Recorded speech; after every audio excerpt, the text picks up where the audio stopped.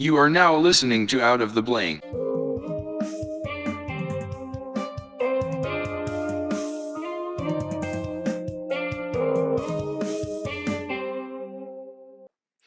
Welcome to Out of the Blank podcast. I'm here with Alice. Abby. Alice Lauren, please tell me a little bit about yourself. Oh my gosh. Okay. Let's see. I'm 26. I'm from upstate New York, not like the New York City area. I wish, but no, upstate New York. I do some comedy up here. I love doing both improv, stand up, that kind of stuff.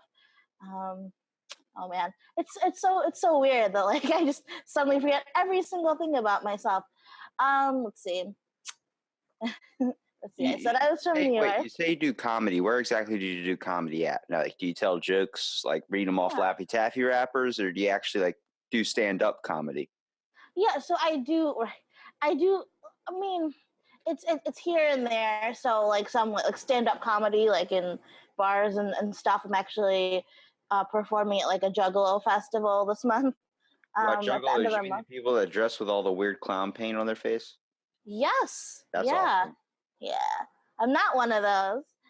But no, they're great and they're like they love me. But no, I yeah, I love that. I love doing theater, singing, all that kind of stuff. Um, I'm like a big romantic person. I've been watching the Bachelor franchise since I was 11, so I'm like super like boy crazy and into like every kind of romantic thing there. How did you get into comedy? Like, how did you decide like that's something you just enjoy? Like, did you just like watching Joe Rogan or those types of Mhm. comedians on television? Yeah, oh man, yeah. I mean, of course, I watched comedy growing up as well. When I was in middle school, I was in an improv group. We had like an improv club after school, Malarkey Jargon. Shout out to anyone who would be listening who wouldn't be in that. I don't know. But anyway, so I was in an improv group then, and then I did improv in high school, and then in college, and then kind of after college, I started, kind of Real seeing, quick, oh, Alice, yeah, can you yeah. speak up a little bit? It's getting kind of hard to hear you.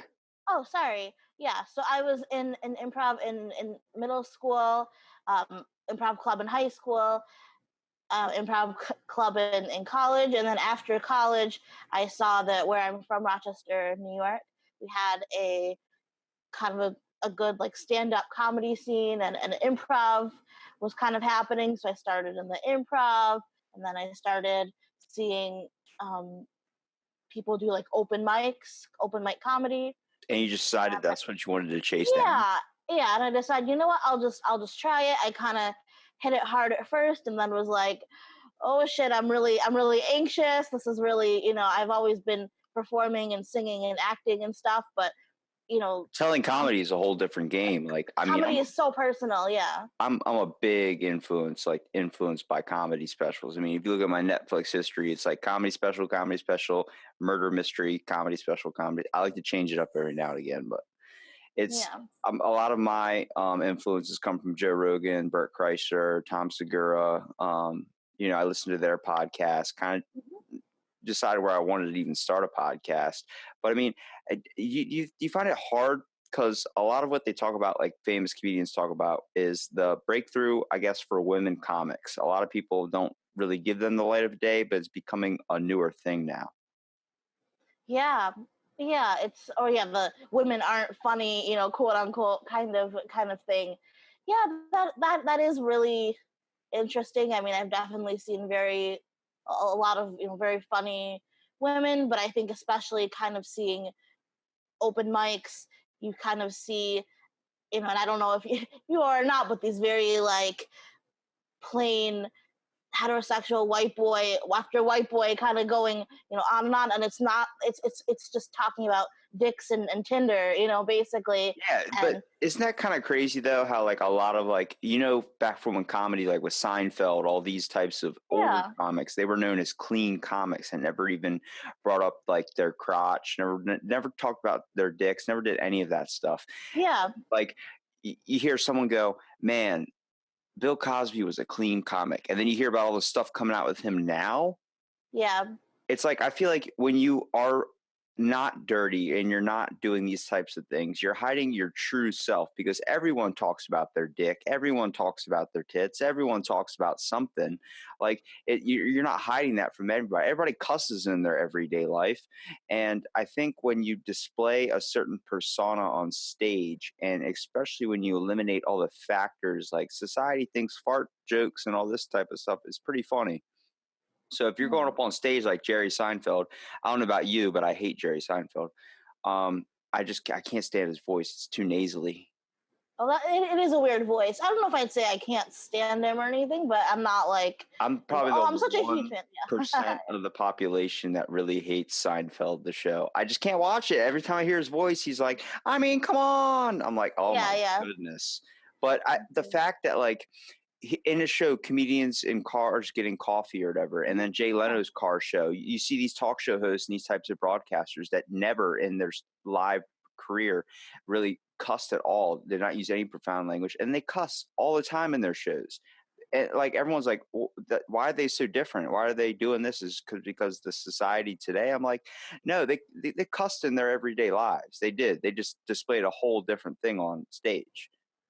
hmm Maybe I don't know. I think it probably depends on the clean comic. I'm sure there are some that are just genuinely like they're just very clean. Probably don't try to cuss. I mean, I don't know why I still feel like that of like Bill Cosby. I mean, I know I saw there was an ad for Kids Say the Darnest Things with Tiffany Haddish is like a new, well, not new show, but revival of the show. And Bill Cosby used to host that show talking to kids because he was so wholesome once upon a time and had that like all he talked about was his family. And I sort of feel like maybe that's kind of what he was. Like he was just didn't go home to his kids and swear. It was just family. I think especially if you're potentially obviously there are some foul mouthed, older comics too.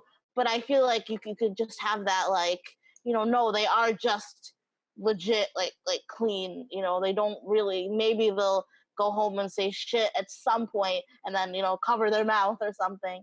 I don't know. A lot of times, like when you're dealing with comedians, a lot of people say like comedians are troubled people. That is Mhm. very true, especially like in my scenario. Like I use comedy as a thing to make somebody laugh or make somebody smile because you've been through pain before. Obviously Yeah. we've all been through pain, but it seems like comedians, the ones that seem like, oh, their life must be perfect, that's why they can just see it in a joking manner, and actually they've already seen it at its worst. And I'm sure you probably can relate to some way of probably experiencing something pretty bad or experiencing a hard life and then just wanting to pursue comedy because you're looking for, I'm guessing, the pursuit of someone else's happiness too. You're trying to help them out and relieve them from their tension of their day, which is very complicated and hard to do. Yeah, absolutely. Yeah, I was bullied pretty badly as a kid, called ugly all the time and all those kinds of things. And I was someone who was like, well, if I'm going to be ugly and fat and gross and all these kinds of things, then I better be nice and I better be funny. I mean, I think I always had those kind of like quick, I mean, that's why I started with the improv because I just would have those quick one liners somehow. I almost think like those quick one liners kind of came naturally to me. Writing comedy is a whole other animal, but it was always like, no, I have to be, if I'm going to be, this ugly, gross, whatever creature that my classmates say that I am, then I better be just like super funny and super, super, super sweet because I have to be good for other people if my life's not going to be good. So is your passion and really career like just being on stage, or is it the comedy scene? Um, man, I mean, if I like could pick any, job out of a hat, like what job I would well, not out of a hat, obviously that's random, but like any job that I could want, I'd probably choose like Broadway actress or socialite. I mean, if I could get paid to party, that would be pretty good too. I mean, for me, I have such anxiety that even like going on stage has been, kind of scary. Well, it's Um, I mean, you're getting up in front of people and you're doing something pretty hard. You're yeah, first of all cracking jokes. Like anybody that I know you don't want to be probably a famous comedian, you want to be more of an actress, but when you're yeah, dealing with an actress and a comedian, those are two completely different horses, but they're all part of the same breed, if you know what I'm saying. yeah, By right. that, But I mean like an actor has a script, okay? So you don't have to yeah, improv any of your own stuff. When you're a comic, you have to adapt to your audience. You have to do mhm, so many different things that go in. If you're going to crack a joke or some type of social joke or something, whatever is in your act, yeah, you can't do that in an area where that's not going to fly. You have to know the people around there. Like you can't say, "Man, let me tell you, all that's around here is stupid cowboys and stupid hats and stupid horses." And next thing you know, that you're in yeah, Texas saying that, and Texas is like, "Hey, yeah, we love horses." yeah, So, yeah, do you have yeah. any bits that I guess you would say that you could tell me maybe that would be like some of your really good like line jokes? Good line jokes. Oh gosh, hold on. Yeah, I have because like in improv we have kind of this game of like I like my men, like I like my it's called coffee. I like my men, I like my coffee, black, right? Like that kind of. So I like those are some of my favorite kind of one-liners that I have. So I like, yeah, When you're dealing with improv, you're dealing with you're basically just getting tossed scenarios. You're not yeah, even have time to really craft anything. Like when you do stand up, yeah. stand up and improv are two completely different things. Improv is more like we have those down in my local area too. I'm from Ocean City, Maryland, and Oh, lucky. where are you from? Like Rochester, New York, Yeah, you but said Rochester, New York. That's where my cousin actually is from, oh and yeah, it's completely different. Like being down here, it's a slower crowd. You know your community a little bit more, and then we have our seasons where it's hot. So when you're doing improv, you're usually getting the same group of people. So you already, if you're going to even try it down here, you know the crowd, you know what they like, you know the things, you know how to make them vibe. But imagine flying somewhere or going somewhere that you've never been before and going into a bar and then trying to vibe off that crew. You're going to be right, yeah, what's you're gonna be like, hey, does anybody have a certain topic or something? And then they're gonna throw something at you random, like AIDS, like the whole thing with Daniel Tosh where he got all that flashback from his AIDS comment, or no, the rape comment. You ever hear about that? yeah. I think so. Yeah, sounds Where they were familiar. like, what's something that's funny? Give me something. And then some guy's like, rape, and then Yeah. some he goes, yeah, what? Oh yeah, yeah. Yeah, and then some woman was like, "Rape's never funny," and he goes, "Wouldn't it be funny if a bunch of guys just came out and raped her right now?" He got so much trouble for that to the point where he was like, "This is ridiculous. Like, there's no point in even coming back to this town." And it's like, in a world that's pretty damn sensitive, you have to be careful, even with improv, of what you say. And I think that's ridiculous because a joke is a joke.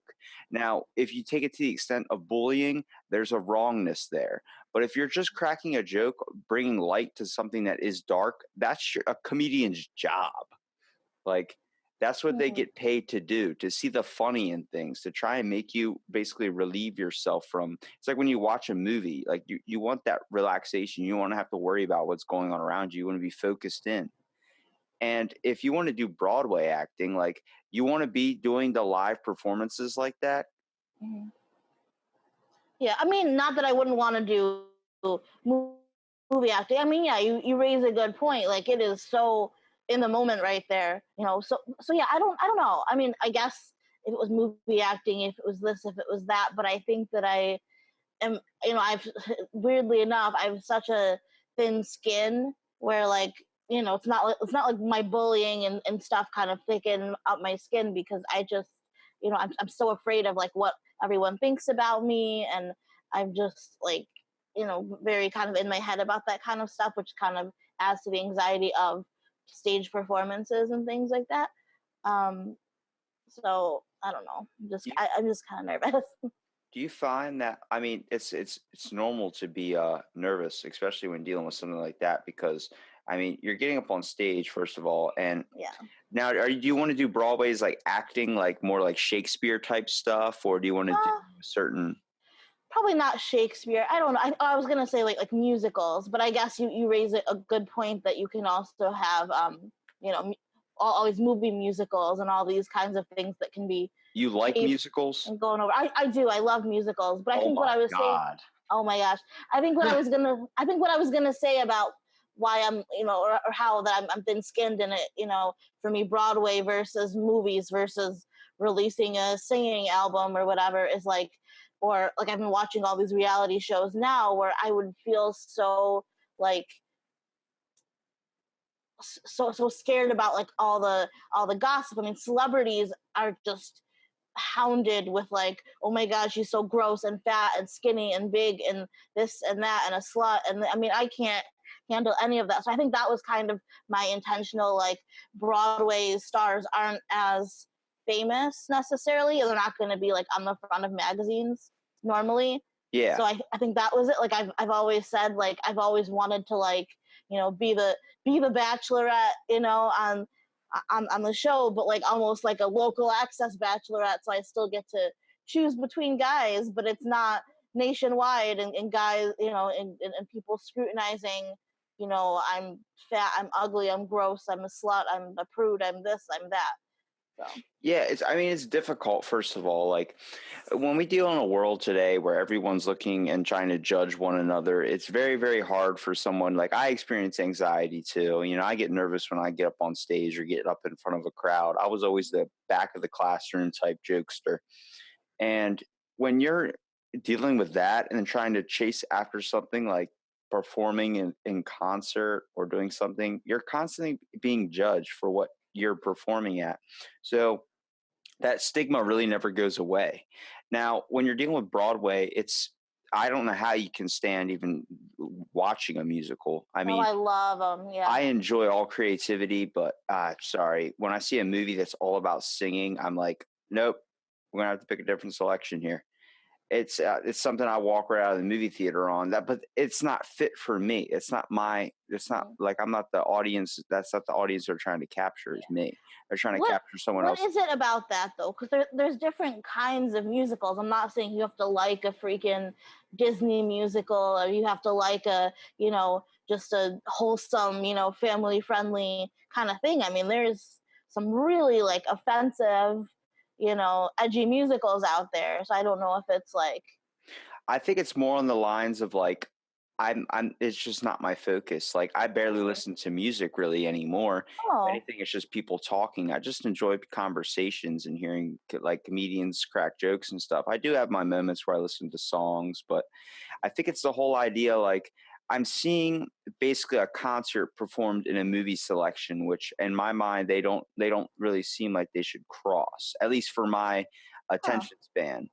But I can see where other people enjoy it. I mean, I used to think going to an orchestra would probably be the worst thing ever, seeing a symphony or something. I would hate. Yeah. And then I watched a video and I'm seeing how passionate these people are about playing it live, like seeing their faces get red for how hard they're hitting the notes when they're either blowing through a flute or something. And then I'm just cracking a joke in the back. I'm like, where's my bro with the triangle? And next thing you know, there's a dude with the triangle hitting the triangle. I'm like, oh my God, they're all working together to do Yeah, yeah. something that they all enjoy and that they're doing it so beautifully too. And that art style, anything, they can make it more modern. They can do Old Town Road on a bunch of bassoons and stuff. Yeah. And then they can do something like Beethoven. And I'm like hearing it, I'm like, it's just helping a younger generation adapt to what would be considered an old style music form. Yeah, no, I agree. And like I'm in a choir, and sometimes, the things that I have to sing are pretty boring, or you see other choirs and you're like, oh, this is kind of just boring. But it depends what they're singing. It depends, if they can have different movements and fun things and solos. And yeah, definitely, I can see where you're coming from with that, or going to see like a dance performance, or I mean, I remember I'm like, oh, it'd be cool to see the ballet, and then I realize that it's just there's no words, it's just like, I don't know, you're just Sometimes watching it's people not, yeah. dance for too long. Yeah, sometimes like it's really weird because I know someone that's really interested in ballet and these types of interpretive dance, and like the way they explain it is like imagine like just seeing somebody perform but not speaking, but able to give out and give you a full description of their emotion just with their Yeah. movements. And I hear that, and that makes me rethink on even going to a ballerina performance or whatever you want to talk, whatever Yeah. type of dance, interpretive dance.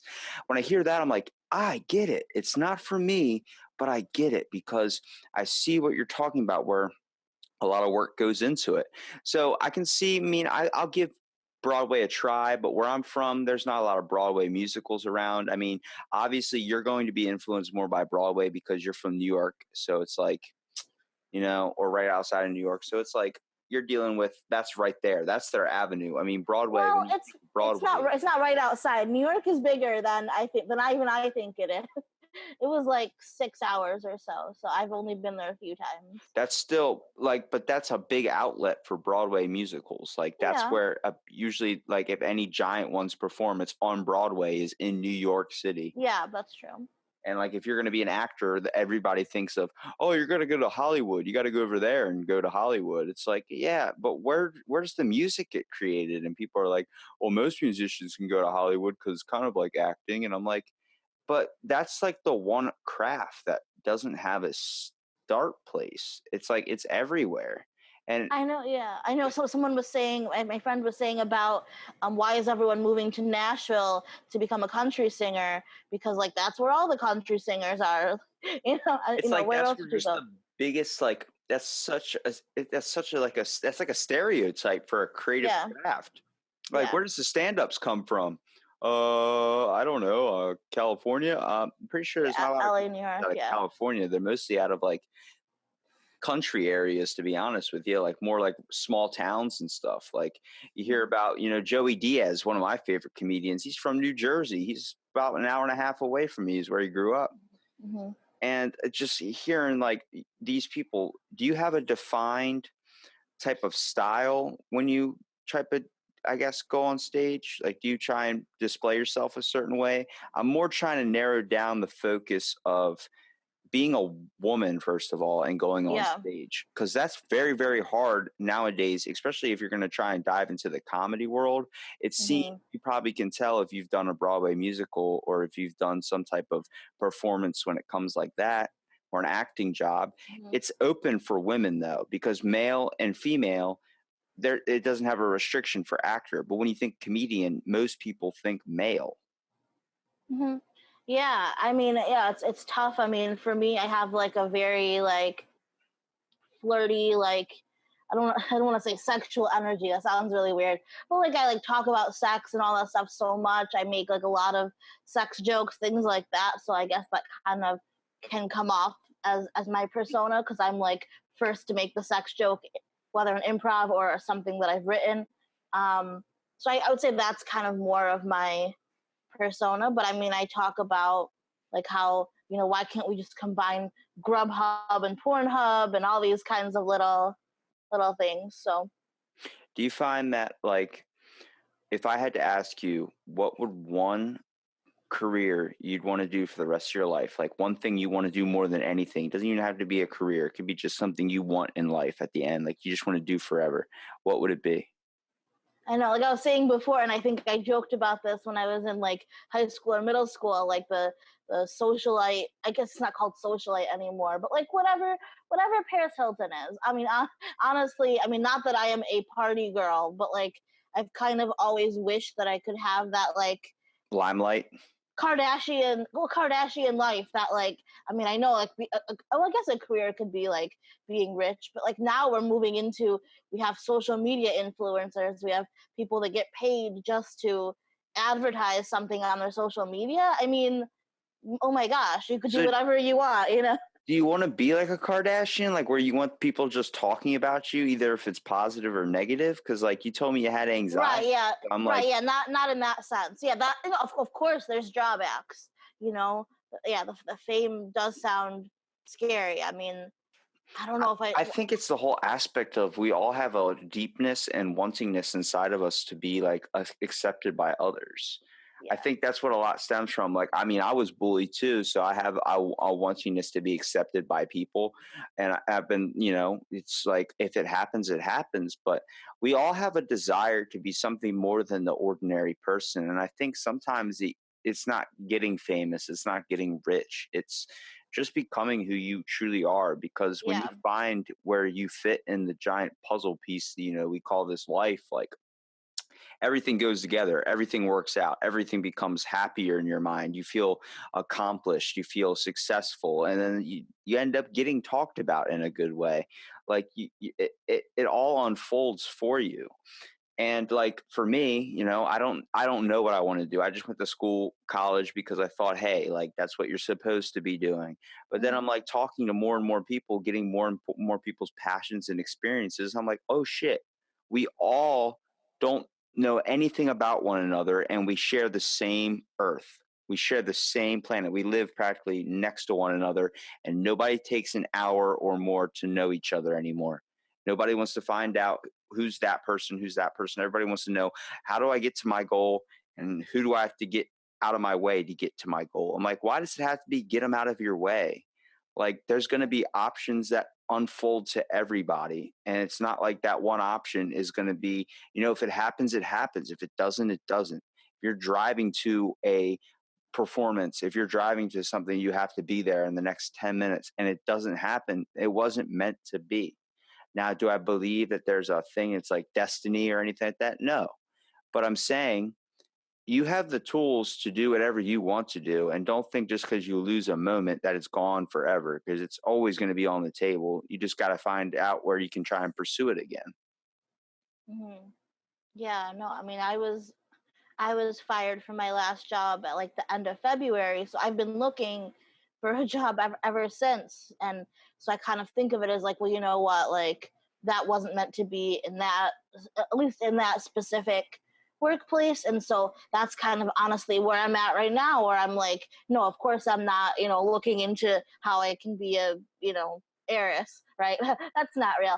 But like basically kind of looking to Get what rich. I Yeah. can do. Right. Yeah, get rich. Yeah. I mean, of course, I'm not going to wake up a, princess of England tomorrow. Yeah. But like, It so I'm could looking like, happen though. it could, It you know could what? happen. I got to go look at these princes. That's probably the You got to best go to part. Bali and find out one of those characters out there and marry them.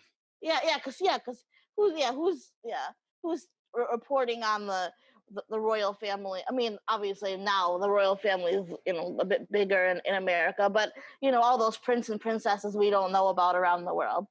It'll be like a Princess Diaries moment. But Do you think that's weird that we have princes and princesses?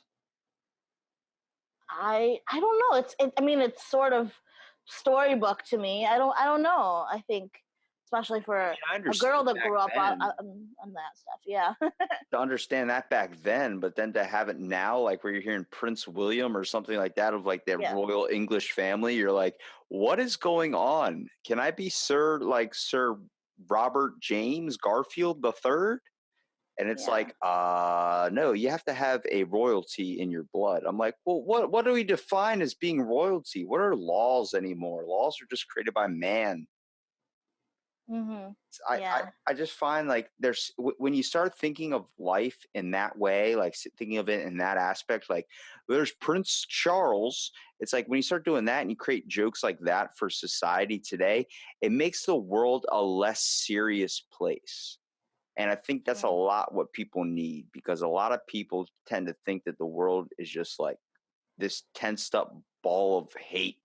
And I'm like, it's pretty spiteful, but at the same time, it's the way we're treating each other. It's not really the world, it's the way we choose to act because of what's considered society standards. Like, if you're not a perfect 10, you're not going to get on TV. Okay. I could tell you a bunch of comedians and a bunch of actors that aren't perfect Yeah. 10s. I could tell you Melissa McCarthy, that, she is not a skinny size zero. She Yeah. is plump and she knows it, and she uses that towards her comedy. She uses that in her own energy. She doesn't care what others think of her, and Yeah. that's what brings down a lot of people. Nobody wants to go out and do something like be an actor, be something, because it's going to be hard, because they don't want to be judged. I'm like, you're going to be judged in your everyday life like you normally are. You might as well go on TV and get paid for it. Yeah. Yeah, definitely. Do you see it as you have a kind of a wantingness to be famous, and just because you were kind of picked on in school? You don't mind me asking? Right. I mean, I think it just kind of comes with with the interest. I was always ever since I was the the title role of the farmer and the farmer in the old brown hat in kindergarten. I've always loved plays and theater, and I mean, fame kind of comes with anything. I mean, it's not like I can just be on a reality show. I mean, I can be on a reality show that nobody watches, but like someone's going to be talking about you. And even like with my favorite show, The Bachelor, and seeing how social media has changed so much of how we are with these contestants. I mean, way back when I listened to podcasts of contestants, and this show started in like 2002, 2003, where there was no social media, and like now, you can. I mean, people tweet at these contestants, stars, whatever, leads, not just the contestants, like the lead, and saying, oh, you deserve to die in a dumpster and you should kill yourself, and, whatever, like all these kinds of things. Like that's become huge now. You're so gross and ugly, you don't have to seek that out as much anymore. That's articles, that's Twitter, that's not random creepy message board in the 90s. Yeah, but when you see, like, do you think that society has been more impacted by social media in a bad way, or do you see it as it was kind of always there, but it had less of a platform? Um, By or that I'm saying, or I if I'd mean, like like, search it out, yeah. yeah, like if you went on a show and then I started tweeting a bunch of stuff out there bad about you, next Yeah. thing you know, it's all over the place. Do you think that's obviously where social media has been really bad, but do you think like I guess it's mainly just society's way of like getting their just little stupid opinion out there because a lot of people take a lot of these to heart. I mean, suicide rates have gone incredibly up from bullying, especially online. But I'm like, it's always been there. But I feel like social media nowadays has just turned it into a giant platform for people just to shit on others. Yeah. Yeah, I mean, yeah, it's only become more and more, easy to tweeting's, probably the easiest. But yeah, you can tweet, you can Instagram, you can have all these different platforms. You're not going into, some chat room or some whatever, and trying to get opinions. I mean, it's, long gone are the days of when I was in middle school, and I was in, I think, sixth or seventh grade. I want to say maybe sixth grade, and I walk into the bathroom, and the whole stall has, this is an extreme example, but has, it's all written on the wall. It's all about me. Just, oh, Alice is so ugly. I mean, I'm literally sitting in a stall in a bathroom. Oh, Alice is so gross and ugly, and this and that. And there's like on like the, pad or tampon dispenser, which I don't know if you've seen those, but those, things where you like Yeah. throw away that stuff. That was like a written like conversation, like almost like a chat conversation, but written out of like, oh my God, have you seen her brown pants? They look like poop, blah, blah, blah, blah. I mean, that kind of, stall has become sometimes, what's out there in social media right now. Obviously, there's a lot of good in social media too. I'm not trying to say that it's, it's all it's all bad stuff, but Now, I do have to bring up one question because I did kind of know this a little bit about you. Is you, so you suffer from a disease? yeah. So I have Crohn's disease. So that's like an autoimmune intestinal disorder. And most Yeah. people consider it like a bathroom thing. I know that much. My manager at my gym has Crohn's, and I'm like, "How hard is it for you?" He's like, hmm "Dude," he goes, "You just got to accept it at some point." Yeah, yeah. And I was very little when I was diagnosed. I was like 8 or 9, and I remember I went to, I think it was me, my first trip to Disney World, and I was on steroids because that's kind of the only, because my body basically attacks itself. So it kind of like gets rid of your inflammation and all your stuff. But the problem is you become like super full of like water weight and like pudgy like chipmunk cheeks and all that kind of stuff, and because it's steroids you get kind of like the roid rage. You're angry, you're hungry, you're like a bottomless pit.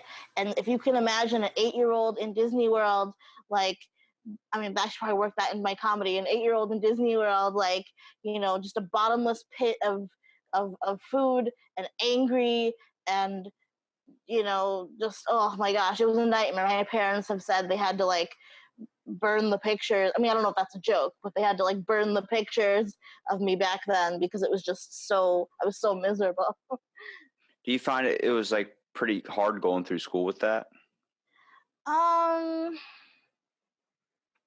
I don't know. I mean, man, I've had it easier than a lot of other people. I think I've been pretty lucky, but I mean, school sometimes. I mean, just for me, thankfully, it's just like just having to use the bathroom, more frequently or this or that. I think it's harder even with jobs where you're like, yeah, I was in the bathroom for a really long time, and I'm supposed to be working, and I literally have to tell my bosses, I'm not just trying to avoid work or anything like that. But yeah, of course, it makes it hard for that. I had a surgery about 6 years ago. Um, and well, actually, yeah, so I got sick at school. I had horrible stomach pains. I couldn't eat for 3 months. It was at the end of my freshman year of college. I couldn't eat for 3 months. I couldn't I like lost like 35 pounds and had surgery, and I was very anxious after that, because I didn't want to like leave my house. I didn't want to have to like go to the bathroom like somewhere else. I was scared. um having like issues like that in college can also be pretty rough, because I remember when I first got my stomach pains, it was like near like end of like freshman year finals kind of time, probably like around April, and I was in so much pain, and I was trying to get, I forgot what's that like, oh gosh, what's that like pain medicine thing, that like really strong pain medicine. I forgot what it's called, but people usually like sell it and stuff to like get high or whatever, and I wanted some of it. Oxycontin? No, oh gosh, something like that. Oh my gosh, not Oxycontin. It was the other. I cannot remember it. I cannot remember the life of me. It's like a strong pain medicine that people take, um, both like as a drug and like also like You mean when they need codeine? it. It must something like that. I'll remember it later. I'm sure I'll have to Google it later and I find know they out. use like morphine in hospitals, but I don't think that's. No, it was like a. You Hmm. remember what it starts with or what it sounds like? Yeah, I'm gonna Google white pain pill and then see. White pain pill. I think so. You're gonna get a variety of options. Oh, they're all white, aren't they? Um, It's all good. I mean, you got to yeah, realize whatever it was, but yeah, and I just remember wanting to have it, and someone was like, "Oh, I could," because I wasn't near my doctor, and so the little girl was like, "Oh, I'll, try to, see who's selling or whatever," and like it was near finals, so like people had all, gotten them, and I was so mad because I was like, "You guys just want it because you want to get high or want to be, relaxed or whatever," and I like genuinely need it. I think I literally fell asleep during a final because I was so sleep and hunger yeah, deprived. Yeah. it's pretty common in colleges. Kids use Adderall and stuff to focus in on things, or they use it just to like kind of like get it. Like it's like, oh, I get a lot of studying done. With myself, I've tried Adderall. I have ADHD. All it made me do was level out to a point where I was able to kind of focus in on stuff, but I did not experience what everyone else experiences on Adderall, where Yeah. everyone's like, I got so much work done. I got so many papers done. I was like, dude, I was able to think for once without a million thoughts coming into my head. Like, imagine if I turned the ceiling fan on and jumped right into it, just like seeing what would happen. Not anything depression wise. It's just how my brain goes off. Like, I'll randomly walk Yeah. around my house, start narrating my whole life like Christopher Walken. Like, I do weird shit, but Yeah. it's because I like to choose the funniest options. I don't like to choose like I live my life kind of cracking jokes all the time. I tell people there's only two times you should ever take me seriously, and that's before I say something. I'll say I'm serious, or I'll be like, no, dude, I'm dead serious. Like I have to legit say I'm being serious for you to be able to take me seriously. Yeah. Because I think we're already surrounded by so much seriousness in the world. I mean, every time you go anywhere, someone's bringing up something like a school shooting or something like that. I'm like, God, could we just like talk about the weather and how it sucks all the time? That'd be awesome. Yeah. Yeah. I feel like I've been kind of like anesthetized, like from that. Like I just, with all of these, like, well, this school shooting and this one and this one and this one, and it's like, it's so hard for it to even hit me. Like, I'm not saying it's not important to talk about these things, But it should be your but prime focus. right. Well, yeah, or it could be. I mean, I know someone who's traveling down to Texas to help kind of at the border because, all of these whatever quote unquote undocumented immigrants and helping them in the center and make sure that they're treated well and all of those kinds of things. Like it can be, and you can do your advocacy and you can do your petitioning and all that stuff, but you also need to kind of have that positivity as well. I mean, as much as you can, you Yeah. know. So do you feel like when you try and like make people laugh or you try and do something, at least kind of it takes the tension even off themselves, even if it puts more tension on you? Right? Yeah, it could. I mean, yeah, I think especially if I'm telling like a more sexual punchline, or there's some little like even like a flirty thing where I have like a this is out of context, but like a part in one of my jokes where I'm like, you know what, I don't even know how dicks work, someone out there's got to show me, whatever, like even that kind of thing. Yeah, no, it's complete out of a context thing, probably just as interesting in context, but like right, that kind of thing. And I've had people be like, wow, like I thought you were just this, big whore and this and that, and you're always talking about sex and this and that, and like I'm a virgin, so like that's not, like Yeah, I mean, well, it's weird because like if you saw there's this new comedy special out with Whitney Cummings. Have you seen this yet? I haven't yet. I love her though. Okay, she just did one of those real doll things, the stuff that makes Sophia, like that stuff. Like, okay, Yeah. so there's this Joe Rogan podcast they did. I can't watch it because it scares the shit out of me, but Hmm. they have a giant replica of Whitney Cummings used for a stand-up special. It looks exactly like her, and the only difference between telling if it's her or not, or her if it's a robot, is it's Hmm. because of their mouth. The motion doesn't move the mouth all the way. It kind of seems like she's Oh, got Botox. But I'm yeah. telling you, it's 100% real. I'm like looking at it, I'm like, oh my God, like is this what the world's coming to? Or we're not even gonna have male or female comedians anymore. We're just gonna have robots. I'm like, if that's gonna be everywhere now, I'm like, when you see positions that come to performance acting, I don't want to see a robot play my favorite song. I want to Yeah. see the performer play my favorite song. I want to see the mistakes if there is any. I want to see someone get passionate about something. When you turn that into a machine job, I think the world is going in the completely wrong direction with that. And now we have like, not that it's not fun music and whatever, and I know you don't really listen to a lot of music, but we have like DJs and less instruments in the mainstream pop music kind of thing. So we have all these DJs, we have Daft Punk, which have been around forever, we have all these different things where now things just sound like machines and synths making our music for us, and music kind of starts to sound the same. um Don't get you me know wrong. I enjoy an artist creating something like beats wise, but I feel like if Yeah, you just hit one button and start running around the stage doing your thing and like doing that and pumping up the crowd, that's cool and all, but that's not my type of music. I want to see the performer like perform. Like they're a bunch of chefs in a kitchen making it basically a masterpiece for you to enjoy. yeah, And when you just are able to hit one button and walk off stage and let a machine do the rest of the stuff for you, I'm like, will we consider that lazy? right. Or I'm even thinking of like DJs that work with like a singer. So yeah, you like put the beats and the synths and the whatever it is out, and then the singer just sings on top of it or whatever. And like, yeah, it could be fun party music, but we also need to have more of those just girl and the guitar girl, or guy and the piano kind of music too. We need more Indian throat singing. You ever heard of that? Maybe.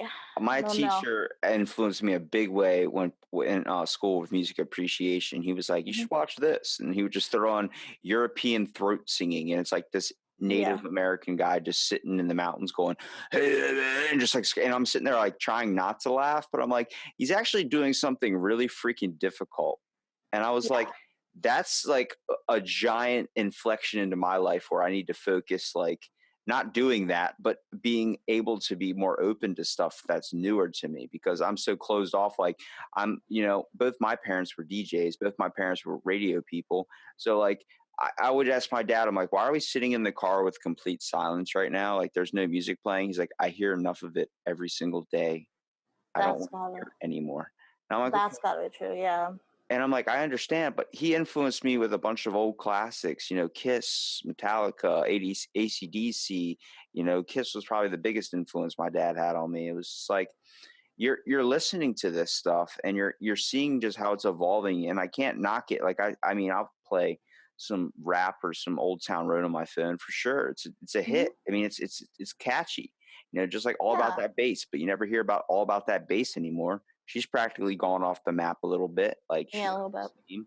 and it's like you have your moments. A lot of people think that like when you're an actor, when you're a comedian, when you're a performer, you're going to be in the limelight forever. And it's like, no, it fades away. Pam Anderson, she was one of the hottest actresses on television. Yeah. Her body, her age has caught up with her body. So it's like she's trying to do plastic surgery to keep it. And I'm like, you understand that's a fleeting thing. Like image is a fleeting thing. You're not going to be in the limelight forever. So enjoy it while you have it. And a lot of people don't choose to even pursue it. Yeah, yeah. I mean, I don't even know how the Kardashians, kind of going back to that, how they really stayed, so well. I mean, I guess I know sort of how they got relevant, but even, Paris Hilton had her sex tape, had her thing, and then, we don't really hear much about her after the early 2000s or Yeah, her anything. numbers dropped.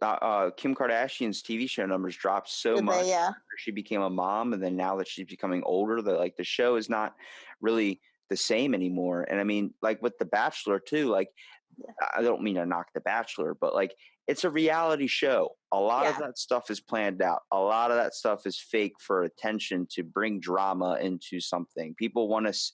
It's really weird how we all talk about, I don't want drama in my life. I don't want drama in my life. And the next thing you know, they're watching The Jersey Shore, which is literally makes you want to stab a fork through your eye because everyone's just screaming and fighting all the time.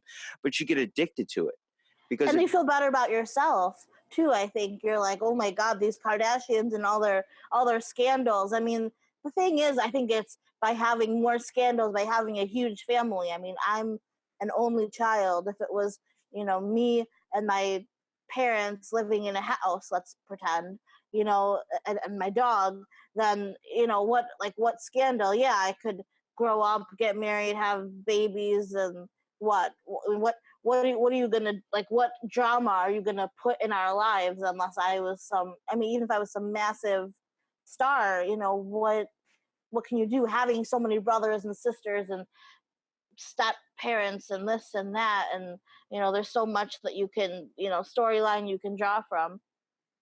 I just think that, in a world that already has tension, people are going to seek it out if they don't have it in their day, basically.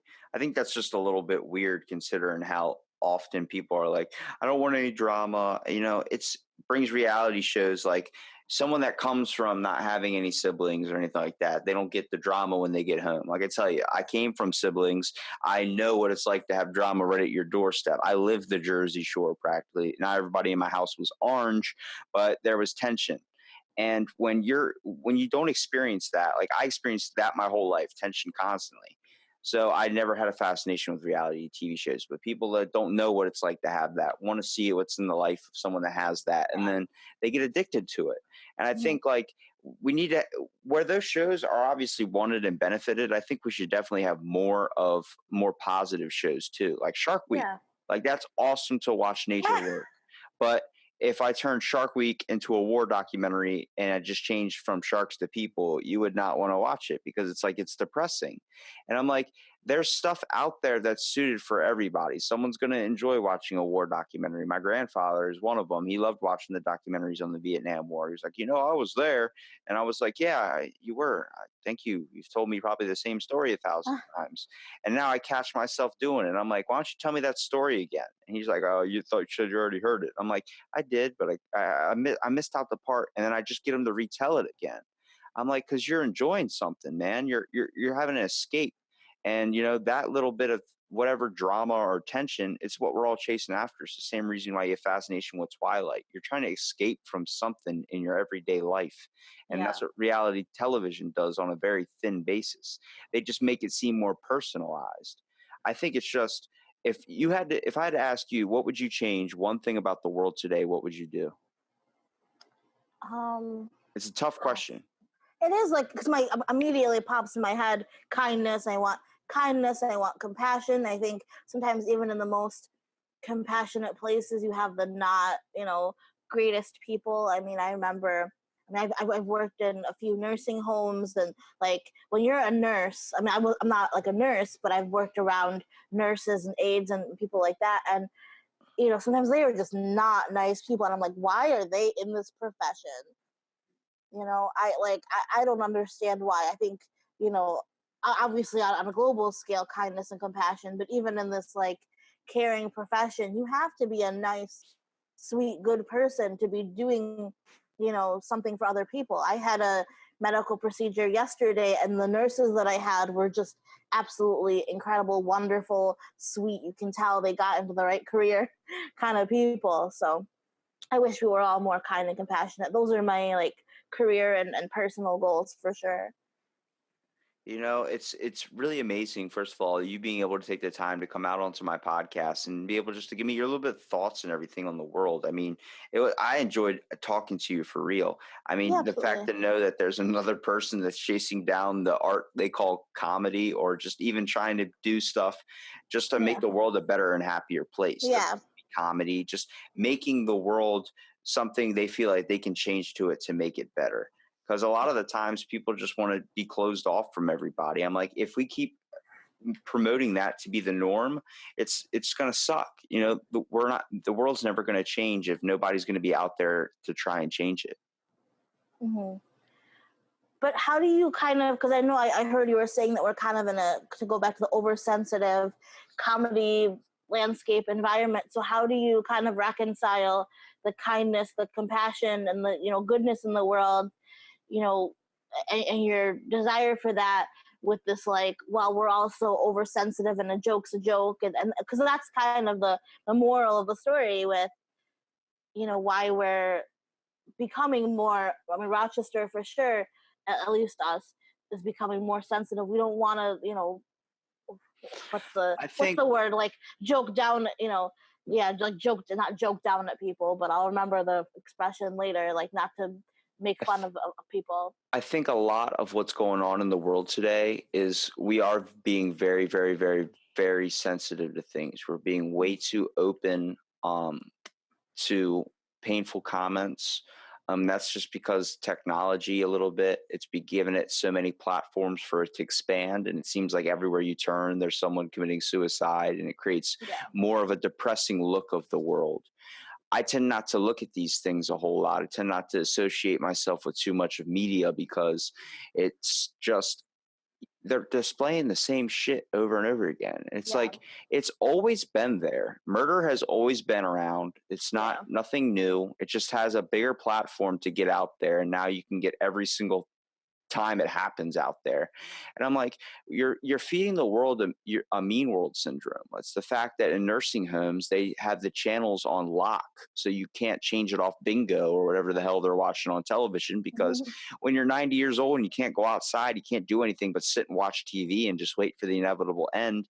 You're going to be start watching TV, and you're going to be looking at the news. You're going to be seeing all the bad shit. That's why old people don't already have like a firm belief of how younger generations are. I get asked all the time. They're like, "Oh, you're not like how I thought you were." I'm like, "What do you mean?" They're like, "Most kids your age just run and kick the door open and go grab a bottle of booze from the aisle and start." I'm like, "No, I'll help you to your car with groceries. I want you to take your interpretation of me from me. If I'm going to be an asshole in that moment, then I want you to know that I was an asshole in that moment. But I've caught myself being an asshole in moments and stopping myself like, I'm sorry. I didn't mean to be like that.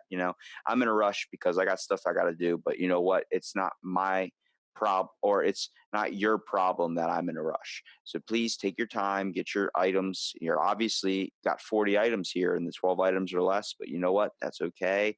I'll wait with my one item. It's fine.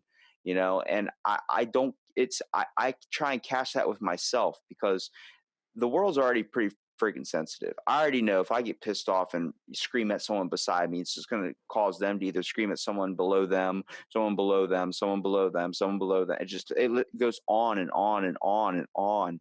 And I'm like, man, it's so hard to do anything you want to do anymore without getting offending anybody or just getting in anybody's way because everybody's getting so defensive when it comes to just everything. And I'm like, am I going to continue that chain? Am I going to start that chain? What am I going to do? Am I going to just piss off the person beside me because I'm having a bad day so they can piss off someone? It's never going to change.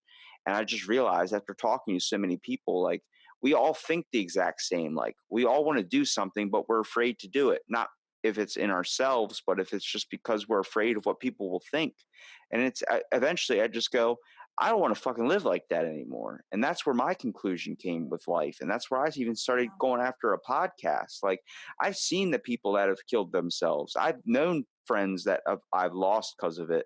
I mean, Yeah. it's ridiculous to think that like it's on all of our minds. Everyone thinks they're going through something super, super personal, and you're not. We're all experiencing this type of scaredness or this type of justification by people and everything. And I'm like, we can all change that. You just have to you have to do it yourself too. You can't just expect other people to change. You have to change, and then when they don't change, you still have to be you have to hold on to that change. You have to stay with that. You can't just go off into something else. And I don't mean to get like super like I guess sensitive, I guess, but it's like it's true. I mean, if you're going to be the best furniture maker and then someone else is going to try and be the best furniture maker and they give up, doesn't mean you should give up. Just keep on going until you get what you want to do. If you think you still suck 50 years from now and you still love doing it, then fucking do it. Mm-hmm. Yeah. Hopefully that answered your question. I know it was a lot. No, it was good. It was good. Yeah. Yeah. And they don't expect a lot even out of teens. I just saw a meme yesterday that was like someone taking a picture because her like 5-year-old son was on a ride at an amusement park and he was like crying, but he also didn't want to get off the ride. And so like a teenager next to him like held his hand like the whole way on the ride, and it was great. And she was like, oh, find out who this teen is and find out who his parents are who raised this wonderful man and blah blah. And some people, obviously were praising that. Some people were like, well, yeah, that's great, but like teens aren't bad people. Like sometimes they are, but sometimes they'll hold a little 5-year-old's hand on a scary ride. So I don't know, it's super weird that we're rewarding, the base level. I think the bar is on the floor. Exactly, right?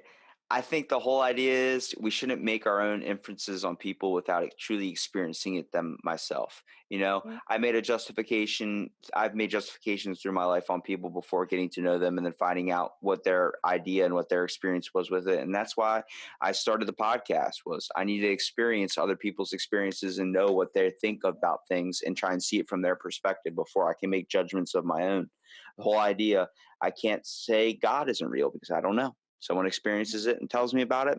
That's their experience. They had it. It's going to give me a thought. Is it possible? Could be. I don't know.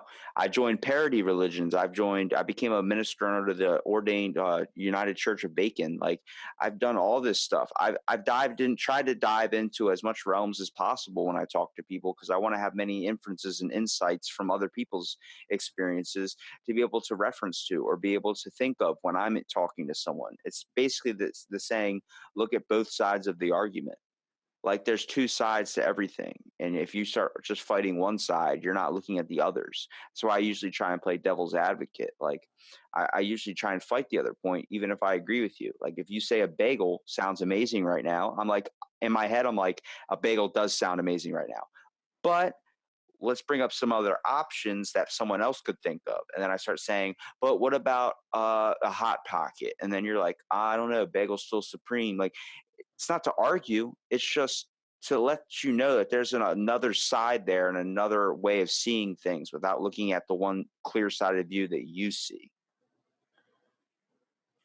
And like I said before, I really appreciate you coming on the podcast and being able to talk with me a little bit. I know you didn't have much information about what the podcast was about, but that's what it is. It's out of the blank. It's whatever we just Yeah. decide to talk about. And I really appreciate you coming and spending an hour. If anybody wants to, do you have anything you want to promote at the end here? Maybe your podcast or maybe any type of awareness for Crohn's or something? Yeah. Oh, that would. Yeah. You know what? I should probably even do that. Yeah. So yeah, if you're listening out there, so my Twitter is Ali Mezh, ALIMEZH. My Facebook is Alice Lauren, the Lauren LAUREN, and Alice ALICE, of course. But if you like add me, try to add me on Facebook or whatever, please send me a message so I'm not like, oh, like who, who are you? So just know that you listened, and that's great. For Crohn's, yeah, I mean, I would like to find a cure, so let me find the website so I can tell you all where to donate. Hold on, I'm gonna find you the perfect website for this. Because this is a serious condition that's out there. People, you It is, should be yeah, more aware. I definitely think it's kind of interesting how it affects younger and younger ages too. It doesn't have an age limit. I mean, usually you think of and considering it a bathroom disease, yeah, that's like a small justification of what it is. yeah. But you experience a whole wide variety of symptoms from fatigue to other things. Yeah, absolutely. Yeah, it's Crohn's Colitis Foundation.org, I believe, is the good one. I'm trying. Yeah, I mean, you can, Google the official website. Obviously, donate. We'd like to find a cure. I mean, I had like a colonoscopy yesterday. I was, doing fine. I know, colonoscopy. No, it was interesting. I had a nurse actually yesterday be like, "Oh, what are you here for?" I'm like, "Oh, colonoscopy," and she's just like, "Oh, you're kind of young, aren't you, to be doing the screening?" I'm like, "Well, I have Crohn's." She's like, "Oh no, I'm so sorry. Like that's hard." Like because yeah, like you hear colonoscopy, you think of my parents getting one. Just everyone. By the way, if you're of the age, if you're an older person listening to this podcast, please go get your colon cancer screenings. Colonoscopies are easy. Look, the Okay, time is coming. The fingers have to go up there. We're sorry. it's not even fingers. It's okay. You're gonna be asleep. It's okay. All That's right. even worse in my mind. I know. Yeah, I know. My doctor is hot. Like yeah, it's tough.